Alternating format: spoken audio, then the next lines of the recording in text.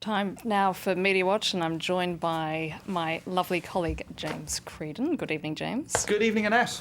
Tweetgate again. I thought we'd seen the end of it, but apparently not, because Watch Out World, Valerie Trierweiler, has tweeted again. And just to remind people, the last time she tweeted, which is nearly a month ago, it really created a massive political storm, not only inside the country, but elsewhere too. That's right. It's a case of Doc. She tweeted again. You know what's going to happen this time?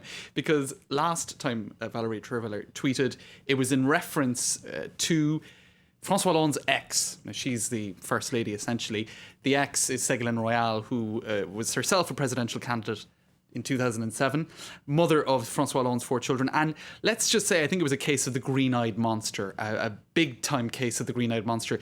It was unanimously seen as a monumental error on the part of Valerie Trierweiler to tweet her support to the opponent of Ségolène Royal in parliamentary elections in La Rochelle. It was just crazy stuff. In any case, let's take a look online, because they're talking about this. What she has done, you see, is she has erased 170 tweets, not just the contentious one from last month, but 170 tweets. And of course, that's her way of trying to say that, they were all a little bit passé, and I just was trying to kind of, do a little bit of spring cleaning on my Twitter account. A source close to her says it's her way of saying, let's move on. Now, what did she do? She tweeted again, because of course, for the last month, her Twitter account has been sort of, held in hanging in suspense. She didn't delete that very controversial tweet where she supported Olivier Florioni. I kind of forget his name, the opponent of Ségolène Royal, because that would have been an admission of guilt that she shouldn't have done it. In any case, let's cut to the chase. She tweeted again, and here's what she said. She basically lent her support, I suppose, for the magnificent speech that President Hollande gave in commemoration of the Vel d'Hiv roundup of Jews in the Second World War. He made a big speech yesterday, a keynote speech, and she said it was very moving. It looks like a PR person has got to her. That's right. I mean, it really, there's no information in that tweet apart from the fact that she supports this massive speech that he gave yesterday. Obviously, she supports it. Well, you would think she would support everything he'd do, but sometimes not. Now, perhaps another interesting element in that tweet is the very first line of it says, "Everything is fine, my dear friends." Now, what might that be a reference to, Annette? We were talking about this earlier. We were indeed. And according to that newspaper of record, otherwise known as the London Daily Mail, There's been a lot of speculation about the relationship status between President Hollande and Valerie. That's right. There's even speculation that the two might have parted ways. Which would be a massive scandal, because that's kind of what happened to Nicolas Sarkozy shortly after he got into office as well. It would be a case of history repeating itself. And we have to stress, nothing, of course, has been confirmed, and this is coming from outside France. That's right. In fact, some French glossy magazines have been talking about this too, as well as the Daily Mail. But essentially, it's rumour and conjecture, and the whole...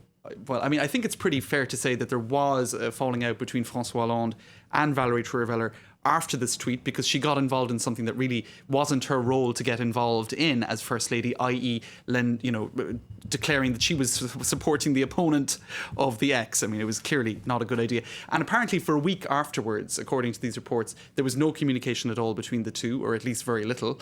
She decamped out to the second home in the countryside, and apparently tensions are still very high. So one could suspect that by saying in the very first line of that tweet, "Tout va bien, chers amis," everything is fine, she's answering those rumours that, things could be on the rocks. In any case, there you go. Every time she tweets from now on, it's going to be massively overanalyzed. What James's job is sort of pulling apart these 103-letter tweets. This is it. What do they really mean? That's it. Now, President François Hollande is being criticised for omitting France's role in the deportation of Jews during World War II. Who's behind the criticism? All right, well, it's a former Élysée Palace special advisor, actually. Let's take a listen, first of all, though, to what François Hollande said yesterday for the 70th anniversary commemorations of the Vel d'Hiv deportation of Jews. The truth is tough. It's cruel. The truth is not a single German soldier, not one, participated in this entire operation. The truth is that this crime was committed in France by France.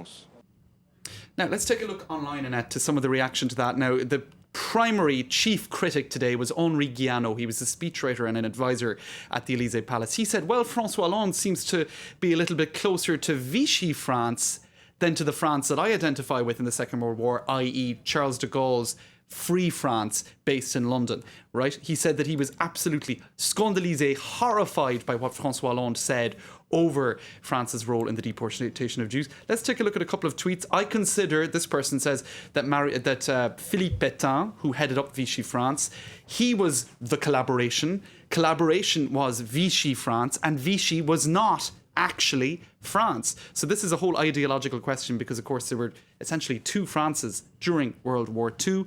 Henri Guiano is saying François Hollande is trying to tie up France's official memory too closely to Vichy France, when in fact General de Gaulle was the real flag bearer for France during that time. It's a complicated one. It just shows you how sensitive that subject is 70 years on. That's right. James Creedon, as always, a pleasure. Thank you Thanks, for Annette. that. And time now to take a look at what's making headlines out there in web world. Here's a wrap of web news.